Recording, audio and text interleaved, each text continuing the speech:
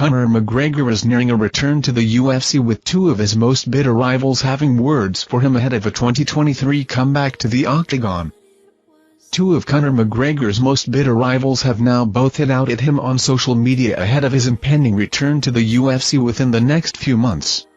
Nate Diaz and Dustin Poirier, who have both beaten McGregor, are both seemingly interested in another fight with the Irishman.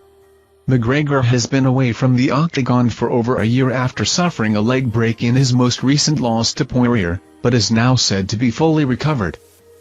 McGregor first fought Dustin Poirier over 8 years ago, when both men had only been in the UFC for around a year, with the Irishman decisively winning via first-round knockout. The two went on to have legendary careers, though their paths didn't cross in the lightweight division until 7 years later. Poirier got his revenge after a second-round stoppage, before defeating McGregor again in a first-round stoppage after he was injured in the fight. The Irishman has promised to face Poirier for a fourth time, but the fight may have to be held at welterweight after he has seriously bulked up whilst away from the sport, with the American reportedly being open to moving up in weight for a fight. But Poirier is currently in hospital after contracting staph infection, after his body is not responding to antibiotics. McGregor sent Poirier a backhanded get-well message on Monday, before the two went back and forth once again. McGregor tweeted, "He'll up soon, scruffy knickers," in response to the news Poirier had been hospitalized with an infection and would require further treatment.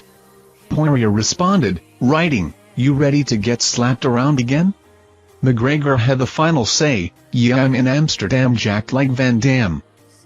After seeing the two go back and forth, Diaz tweeted, "You both get knocked out all the time," sending shots at both Poirier and McGregor.